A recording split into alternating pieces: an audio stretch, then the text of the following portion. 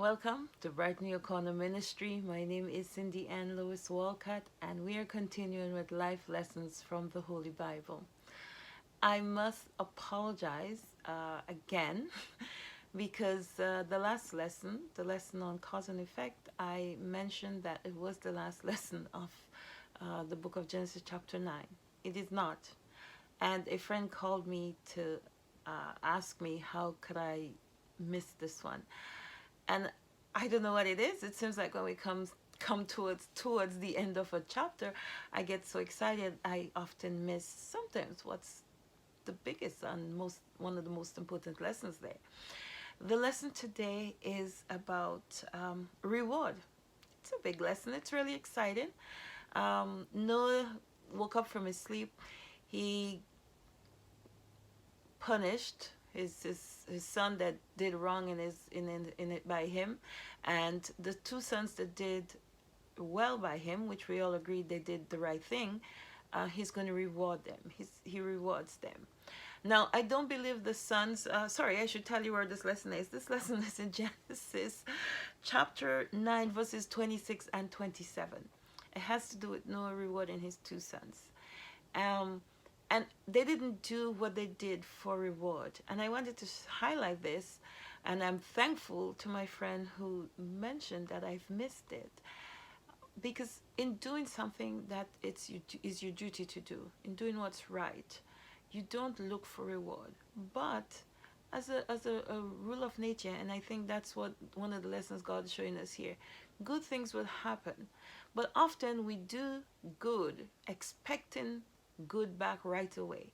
It doesn't work like that. And in a way, maybe I'm going out on a limb here to say that they covered Noah while he was sleeping. So we know time passed between them, their action and the reward they were granted. So maybe if we want to transfer it into our life today, you do something good and nothing may happen for years. But in the end, even not you, your children, your grandchildren, and so on, may reap the benefits of the good you did today. And overall, the good you do today is to make life better, make the world better. Somebody will benefit. So it doesn't have to be somebody related to you. It's going to be a benefit to somebody. While I apologize again for missing this lesson, and I want to highlight and stress how important it is to do good, whether you get rewarded or not. Always help the people that are in vulnerable situations, help the people that are weak and can't help themselves or can't even speak for themselves or write for themselves. So in dealing with this, now we're wrapping up Noah and the flood story. Noah and the flood story started in Genesis chapter 6, and so it came all the way to chapter 9. Actually, it goes all the way to chapter 10. Chapter 10 doesn't have there are no lessons there I can see. But I just want to go back to the first lesson we learned when we were dealing with Noah and the flood story. It was the lesson of letting go, because God decided that the world was bad, man was wicked, and he was going to destroy the entire earth. So he was going to let go his creation. And I use this to help us understand that we need to detach ourselves from things. We need to let go things. And one of my aunts called and said she wished I'd dealt more with the human aspect of it. And I think she meant in terms of grief, actually, based on the discussion we had. It was to do with love and it was to do with grief. So I am not an expert on counseling or dealing with grief, but I have a bit of training in grief and bereavement counseling. Grieving is a natural process, and I really can't, from what I've learned, I don't know enough to tell you when is a good time. I don't really know if there is a good time, time when they say you should let go. What I know, I think you should do is assess your situation.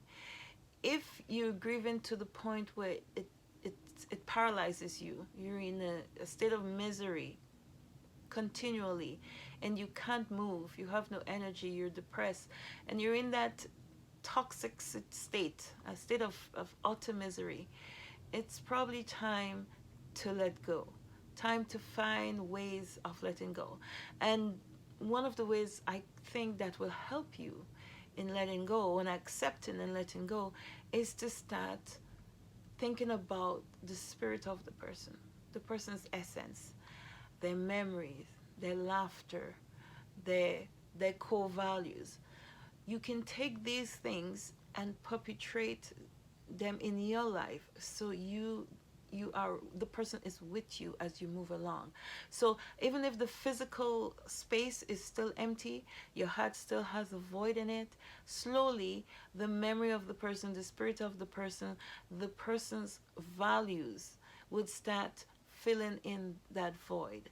And because you need to move on, need to be we all want to be in a state of well-being overall. We don't want to be in a state of toxic grief and loss forever. Grief is natural, but there is a time when you have to accept that you've lost somebody. And I know it might be hard because, in our opinion, the person, it wasn't a person we decided to let go most times. It's somebody that was taken from us, either through violence or through diseases or even natural causes. This person was taken from us. We didn't decide to let them go. So it seemed harder. It's usually harder to let go a person who's no longer there. So I hope this lesson was helpful, and I brought it back up because I thank God for this opportunity, because we're still with Noah, and I'm able to fit it in here. So we'll see you in the next lesson. I hope you found it enlightening or educational. Please remember to like, share, and subscribe. Have a great day now. Bye bye.